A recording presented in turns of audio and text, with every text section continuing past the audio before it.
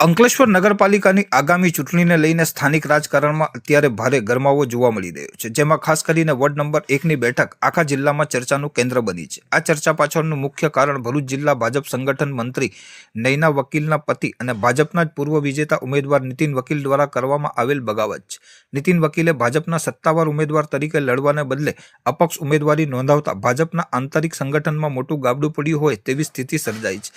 પત્ની પક્ષમાં ઉચ્ચ હોદ્દો ધરાવતા હોય અને પતિ પક્ષની સામે જ મેદાનમાં ઉતરે તેવી આ અસાધારણ ઘટનાને પગલે રાજકીય વિશ્લેષકોમાં અનેક તર્ક વિતર્ક વહેતા થયા છે. નીતિન વકીલે પોતાની ઉમેદવારી પાછળ પક્ષની નીતિ રીતિ સામે રોષ વ્યક્ત કર્યો છે. તેમણે ખુલ્લેઆમ આરોપ લગાવ્યો છે કે ભાજપમાં અત્યારે પાયાના શિક્ષિત અને સક્રિય કાર્યકરોની ધરાર અવગણના કરવામાં આવી રહી છે અને લાયક નેતાઓને યોગ્ય સ્થાન આપવામાં આવતું નથી. આ આક્ષેપોને કારણે ભાજપની શિસ્તબદ્ધ ગણાતી છબીને નુકસાન પહોંચ્યું છે અને સપાટી પર આવેલ આ આંતરિક મતભેદોએ વિપક્ષને પણ બોલવાની તક આપી દીધી છે. વર્ષો સુધી જે પક્ષ માટે કામ કર્યું તે જ પક્ષ સામે બળવો પોકારીને નીતિન વકીલે સાબિત કરી દીધું છે કે તેઓ આ વખતે આરપારની લડાઈ લડવાના મૂડમાં છે. વોર્ડ નંબર 1માં હવે ચૂંટણીનો જંગ અત્યંત રસાકસી ભર્યો બની ગયો છે.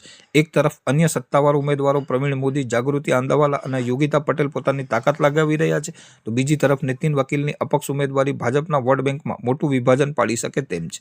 નીતિન વકીલનો વ્યક્તિગત પ્રભાવ અને ભૂતકાળમાં મેળવેલી જીત તેમને મજબૂત દાવેદાર બનાવે છે, જે ભાજપ માટે ચિંતાનો વિષય બની છે. પત્ની ભાજપના મંત્રી હોવા છતાં પતિનું અપક્ષ તરીકે મેદાનમાં ઉતરવું એ અંકલેશ્વરની ચૂંટણીની લોકશાહીના મેદાનમાં એક અનોખો પારિવારિક અને રાજકીય સંઘર્ષ તરીકે પ્રસ્થાપિત કરી રહ્યું છે. હવે મતદારો પક્ષના નિશાનને વળગી રહે છે કે પછી નારાજ થયેલ જૂના જોગીને સાથ આપે છે, તેના પર સૌની મીટ મંડાયેલી છે. અમોએ વોર્ડ નંબર 1માંથી અપક્ષ તરીકેની ઉમેદવારી નોંધાવેલી છે. તેમાં અમારા મિત્ર નીતિનભાઈ વકીલ સાહેબ, હું પોતે, જાગૃતિબેન અને યોગિતાબેન, આ 4 જણાએ અપક્ષ તરીકેની ઉમેદવારી નોંધાવેલી છે. નગરપાલિકાની અને સ્થાનિક સ્વરાજ્યની ચૂંટણીની અંદર અમોએ આ ઝંપલાવેલું છે, જે અત્યારે ગયા 2.5 વર્ષની અંદર શાસનની અંદર મોટા પાયે ભ્રષ્ટાચાર, ગેરરીતિઓ થયેલી હતી, તેને અમે ઉજાગર કરેલી હતી અને હવે વધુ ઉજાગર કરવા માટે અમારે અંદર આવવું જરૂરી હતું અને અમોએ નક્કી કર્યું અને અમારા વોર્ડ નંબર 1ની પ્રજાએ નક્કી કર્યું કે તમે બધા ઊભા રહો. પ્રજાના ટેક્સના પૈસા અમારે બચાવવા છે. જે ભ્રષ્ટાચાર કરે છે તેને અમારે ઉજાગર કરવો છે. ગઈ ટર્મની અંદર જે શૌચાલય કૌભાંડ લગભગ 1.5 થી 2 કરોડ રૂપિયાનું થયું હતું, એને અમે ઉજાગર કરેલું છે અને હવે પછી અમારું આયોજન પણ એ જ છે કે એક ઉમ્મીદ સંસ્થા બનાવેલી હતી અને એની અંદર બેરોજગારીઓને તાલીમ આપવામાં આવતી હતી. એ તાલીમની અંદર 65 લાખ રૂપિયાની ગ્રાન્ટ આવી હતી, સરકારે આપી હતી અને એ પૈસા ઉધારી દેવામાં આવેલા છે, જે તેના ખાતામાં ગયા નથી. આજે પણ અમારી પાસે એના ડોક્યુમેન્ટ મોજૂદ છે અને અમે એ લોકોના પણ ઇન્ટરવ્યુ લીધા છે કે તમને પૈસા મળ્યા છે કે ના. તો અમારા પછી હવેનું આયોજન આ છે. વોર્ડ નંબર 1ની હવે પછીની જે કંઈ વિસ્તાર છે એ વિસ્તારની અંદર મેક્ઝિમમ અમારે ડેવલપ કરવું હોય તો કઈ રીતે કરવું, એટલે અમારી પાસે અનુભવી નીતિનભાઈ છે. એ નીતિનભાઈને પણ બધો અનુભવ છે, કાયદાકીય રીતે નિષ્ણાત છે અને એમના સૂચનો વગર અમે આ બધું કામગીરી હવે કરવાના છીએ. વોર્ડ નંબર 1ની સોસાયટીઓની અંદર જે કોમન પ્લોટ છે એ કોમન પ્લોટનો વિકાસ કરવાનો છે. સરકાર ગ્રાન્ટ આપે છે, એની અંદર લોન, રમતગમતના સાધનો અને વૃદ્ધોને બેસવા માટેની કોઈક સારી જગ્યા હોવી જોઈએ જે તે વિસ્તારની સોસાયટીઓની અંદર. તો નીતિનભાઈનો એક કોન્સેપ્ટ મને બહુ સરસ લાગ્યો કે એમણે જ મને કીધું કે આપણે હવે પછી જો ચૂંટાવાના જ છીએ, અમે 4-4નો વિન થવાનું જ છે અને હવે પછીનું અમારું આયોજન એ જ છે કે એમણે જે કંઈ અનુભવ પ્રમાણે જે કંઈ કામગીરી અમારે હવે કરવાની છે એ અમે હવે આગળની કામગીરી કરીશું. અને અમારી જે આ પેનલ છે તે કોઈ પક્ષને આધારિત નથી. અમે હિન્દુત્વને વળેલા છીએ, આજે પણ અમે હિન્દુત્વને વળેલા છીએ. એટલે કોઈ જો એમ કહેતું હોય કે આ પેનલની સાથે આ કરશે ને આ પેનલ, અમે અમારી અપક્ષની જ ઓળખ છે. અમારે કોઈ પક્ષ સાથે સંબંધ નથી અને અમે રાખવાના પણ નથી. જે પક્ષ સત્તા પર બેસશે અને જો અમારા સલાહ સૂચન પ્રમાણે કે અમારા વિકાસના કામોમાં અવરોધ કરશે તો ગમે તે પક્ષ હશે તો અમે એનો વિરોધ કરવાના જ છીએ. અમારા વોર્ડ 1 નંબરનો મેક્સિમમ વિકાસ થાય એવા પ્રયત્નો અમારા 4/4 રહેશે અને અમે 24/7 24/7 અમે હાજર રહીશું કે અમારી પર ફોન આવે.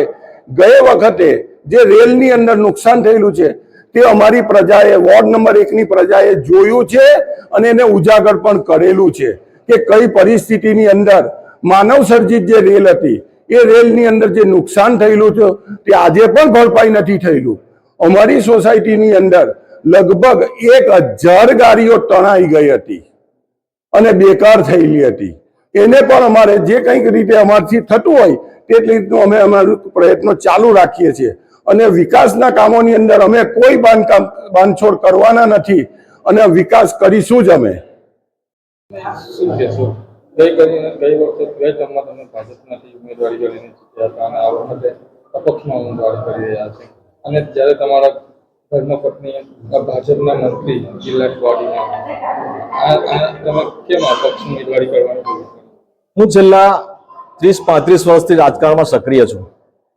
અંકલેશ્વર નગરપાલિકામાં અગાઉની 2 ટર્મમાં અપક્ષ તરીકે લડ્યો છું. ત્યાર પછી 2012 થી પાર્ટી સાથે ભાજપ સાથે જોડાયો.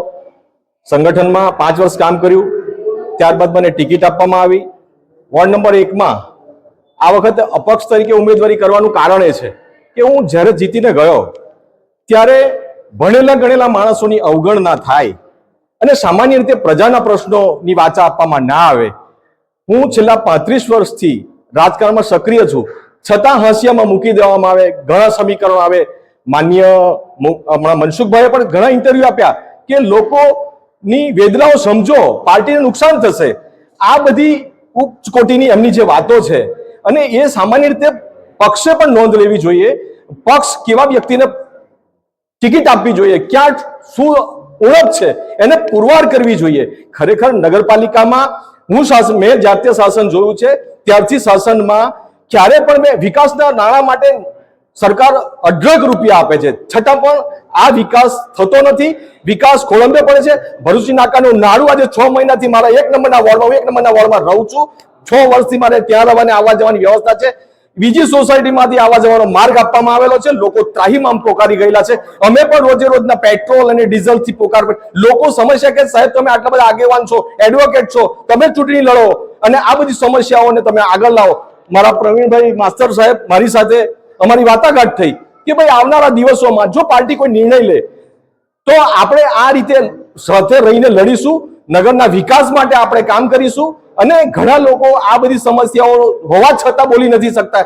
એનું કારણ કેટલીક રાજકારણની નીતિ રીતિઓને કારણે લોકો દુભાતા હોય છે. જ્યારે મારા પત્ની અત્યારે ભારતીય જનતા પાર્ટીમાં એમણે લોહી રેડ્યું હશે, એમને જોઈને સક્ષમતાને કારણે એમને મૂકવામાં આવ્યા હશે અને નહીં કે રોડ પરથી લાવીને કોઈ પાર્ટીને કોઈ જવાબદારી સોંપી દેતા હોય છે. ત્યારે આજે પાછળથી પાર્ટીએ ગાઈડલાઈન ઊભી કરી છે કે ભાઈ 3 વર્ષની ટર્મ હોય તો એના માટે સાયલન્ટ, 60 વર્ષ માટે સાયલન્ટ, પાર્ટીના કોઈ અન્ય ઉમેદવાર અન્ય જગ્યાએ હોય તો એને પણ એને સાયલન્ટ. તો શું મારા પરિવારમાં અમે આખો પરિવાર ભાજપ સાથે સમર્પિત છીએ.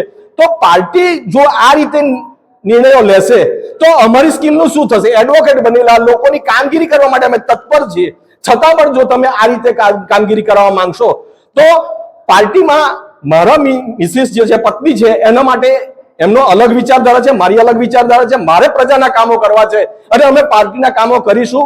અમારી 4/4 ટીમના સક્ષમ અને ભણેલા ગણેલા ઉમેદવાર છે. હું એડવોકેટ છું. અમારા સાથે MA BEd MPhil સુધી ભણેલા શિક્ષક છે જેઓ નગરપાલિકાના ભ્રષ્ટાચારોને છેલ્લા 5 વર્ષથી ઉજાગર કરી રહ્યા છે.